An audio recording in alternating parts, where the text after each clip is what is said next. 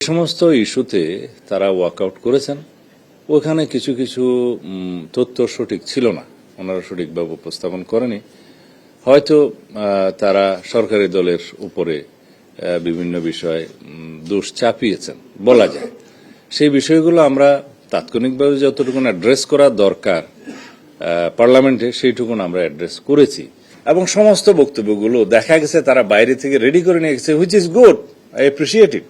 Ready হয়ে যাওয়া ভালো, কিন্তু এটা রচনা আকারে তারা পাঠ করেছেন বিবৃতিগুলো। এরপরেও আমরা কোনো কারণ দেখিনি শেষের দিনে ওয়াকআউট করার। যারা সংশ্লিষ্ট ছিল এটা ড্রাফটিং এর কাজে, মুদ্রণের কাজে এবং টেবিলে এটা উপস্থাপন সহ যাবতীয় সংসদের কাজগুলোতে সমস্ত কর্মকর্তা কর্মচারীগণ দিনরাত পরিশ্রম করেছে।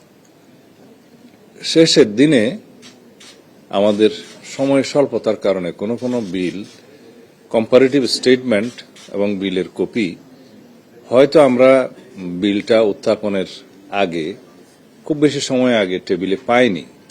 এটা সংসদ সচিবালয়ের সিলভার টিপ কন্ট্যাক্টে তৈরি নিরাপদ ও নান্দনিক ক্লিক সুইচ নির্ভরতা জীবন জুড়ে। হয়তো তারা পরিশ্রম করার পরেও, অতিরিক্ত সচেতনতা থাকার পরেও একটা বলে যে হিউম্যানলি এটা পসিবল হয়ে ওঠেনি।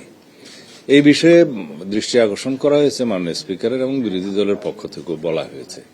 কিন্তু মাননীয় স্পিকারের একটা এখতিয়ার আছে রুলস অফ প্রসিডিওর অনুসারে, তিনি সময় কন্ডোন করতে পারেন। যখন সংশ্লিষ্ট মন্ত্রী অথবা তার বিকল্প বিলগুলো সংসদে উত্থাপন করার জন্য আগে অনুমতি প্রার্থনা করেন, তিনি আহ্বান জানালে স্পিকার সাহেব, যে মুহূর্তে তিনি অনুমতি মঞ্জুর করবেন উত্থাপন করার জন্য, তখন ধরে নেওয়া হয় তিনি সময় কন্ডোন করেছেন, মার্জনা করেছেন। সেই হিসাবে মাননীয় বিরোধী দলীয় নেতা এবং অন্যান্য কয়েকজন বিরোধী দলীয় সদস্য আপত্তি তুললেও সেইটার জবাব মাননীয় স্পিকার যথাযথভাবে দিয়েছেন। এটা একটা। আমরা আজকে এখানে কয়েকটি বিষয়ে আপনাদের মনোযোগ আকর্ষণ করব। এক হচ্ছে, বেশ কয়েকবার জাতীয় সংসদের অধিবেশন থেকে অবশ্যই বিধি মোতাবেক বিরোধী দলীয় মাননীয় নেতা এবং অন্যান্য সদস্যগণ তারা ওয়াকআউট করেছেন বিভিন্ন ইস্যুতে। এটা পার্লামেন্টারি কালচার অনুসারে তারা করতেই পারেন বিধি মোতাবেক। কিন্তু যে সমস্ত ইস্যুতে তারা ওয়াকআউট করেছেন ওখানে কিছু কিছু তথ্য সঠিক ছিল না, ওনারা সঠিকভাবে উপস্থাপন করেনি। হয়তো তারা সরকারি দলের উপরে বিভিন্ন বিষয়ে দোষ চাপিয়েছেন বলা যায়। সেই বিষয়গুলো আমরা তাৎক্ষণিকভাবে যতটুকু অ্যাড্রেস করা দরকার পার্লামেন্টে সেইটুকুন আমরা অ্যাড্রেস করেছি। কিন্তু ওনারা যখন বাইরে এসে প্রেসের সাথে কথা বলেছেন, তার মধ্যে অনেকগুলো বিষয়ে কথা বলেছেন যেগুলোর বিষয়ে আমাদের এখন বাইরে সেটার আমাদের জবাব দেওয়া প্রয়োজন। তা না হলে আমরা অনেকটা আপনাদের কাছে, মিডিয়ার কাছে, জাতির কাছে আমরা হয়তো আমাদের বিষয়টা পরিষ্কারভাবে তুলে ধরতে পারবো না। সেই জন্য আজকের এই প্রেস ব্রিফিং। এই অর্ডিন্যান্সগুলোর বিষয়ে আমাদের মাননীয় আইনমন্ত্রী কথা বলবেন। আমরা 133টি অর্ডিন্যান্স আর্টিকেল 93 অনুসারে পার্লামেন্টের প্রথম বৈঠকে আমরা প্রথমে এগুলো উপস্থাপন করেছি, যেটা সাংবিধানিক বাধ্যবাধকতা উপস্থাপন করার। তার মধ্যে 4টা বিষয় থাকে।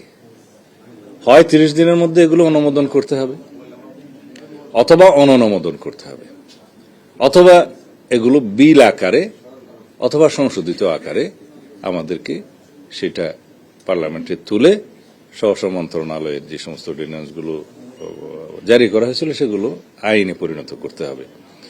তা আমরা একটা বিশেষ কমিটি জাতীয় সংসদের প্রথম দিকে যেটা করে দিয়েছিলেন মাননীয় স্পিকার, এই সংসদীয় বিশেষ কমিটির প্রস্তাবনার মধ্যেই থাকে তার অ্যাক্টিভিটিস কি হবে, কার্যক্রম কি হবে।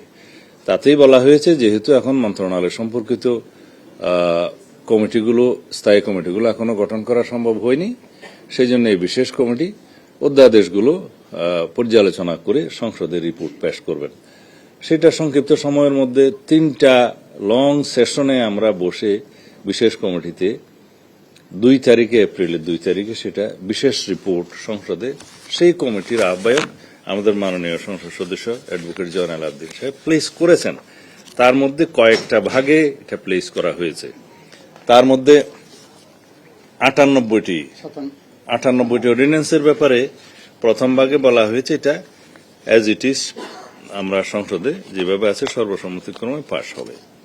এরপরে 16টা অধ্যাদেশের বিষয়ে বলা হয়েছে যে এটা আমরা যাচাই বাছাই করে পরে বিল আকারে সংসদে উত্থাপন করা হবে। তারপরে একটা তালিকা আছে, সেই তালিকার মধ্যে যেগুলো আমরা হেফাজত এবং রহিতকরণ করব সেই তালিকাটা আছে। আরেকটা আছে সংশোধিত আকারে, সেটার সংখ্যা সম্ভবত 15টা। এখন সেই বিষয়গুলো আমরা কিভাবে উত্থাপন করলাম, মাননীয় বিরোধী দলীয় নেতা পরে যখন ওয়াকআউট করেন তখন তিনি বললেন যে 91টা বিল এখানে উপস্থাপন করা হয়েছে, 16টা যাচাই বাছাই করে পরে উত্থাপন করা বলে বলা হয়েছে, বাকিগুলো গেল কোথায়? আইনমন্ত্রী সাহেব ফ্লোরে জবাব দিয়েছেন যে 91টার মধ্যেই কিন্তু বাকি 17টা অন্তর্ভুক্ত। কারণ কোন কোন অধ্যাদেশ জারি হওয়ার 15-20 দিন, 1 মাস 2 মাস পরে দ্বিতীয় সংশোধনী আনা হয়েছে, কোথাও কোথাও তৃতীয় সংশোধনীও আনা হয়েছে, মূলত অধ্যাদেশ একটা। তো যখন বিল আকার উত্থাপন করা হয় জাতীয় সংসদে, সব অধ্যাদেশগুলোকে এক করে একটা বিল আকারেই উত্থাপন করা হয়েছে। এটা আমার মনে হয় মাননীয় বিরোধী দলীয় নেতা হয়তো খেয়াল করেননি। সেই কারণে তিনি মনে করেছেন 91টা না হয় প্লেস হলো, 16টা প্লেস হবে না, বাকিগুলো গেল কোথায়? বাকিগুলো এই 91টার মধ্যেই অন্তর্ভুক্ত। তিনি হয়তো এটা খেয়াল করতে পারেন। ডিটেইলটা আইনমন্ত্রী সাহেব বলবেন। আর যে সমস্ত বিলগুলো নিয়ে পার্লামেন্টে এই বিশেষ রিপোর্টের মধ্যে মাননীয় বিরোধী দলীয় সদস্যগণ নোট অফ ডিসেন্ট দিয়েছিলেন, এই বিশেষ কমিটির রিপোর্টে হুবহু সেই সমস্ত নোট অফ ডিসেন্টগুলো উল্লেখ করা হয়েছে যেভাবে তারা দিয়েছেন। এবং নোট অফ ডিসেন্ট ওয়ালা অধ্যাদেশগুলো যেগুলো সংসদে উত্থাপিত হয়নি বা সংশোধিত আকার হয়েছে অথবা রহিত এবং হেফাজতকরণের জন্য উত্থাপিত হয়েছে, এই সব বিষয়ে নজিরবিহীনভাবে মাননীয় স্পিকার 2 মিনিটের জায়গায় কোথাও 10 মিনিট 15 মিনিট করে কয়েকজন সদস্য, বিরোধী দলীয় সদস্যদেরকে কথা বলার সুযোগ দিয়েছেন। তারা দীর্ঘ লিখিত বক্তব্য পাঠ করেছে, আপনারা দেখেছেন। এবং এটাও কিন্তু নজিরবিহীন। তো যে সমস্ত বিষয়ে এগ্রিড হয়েছিলাম সেগুলোর ব্যাপারে আলাদা আপত্তি উত্থাপন করতে পারে যখন বিল উত্থাপিত হবে অথবা বিল উত্থাপন করার জন্য অনুমতি প্রার্থনা করবে।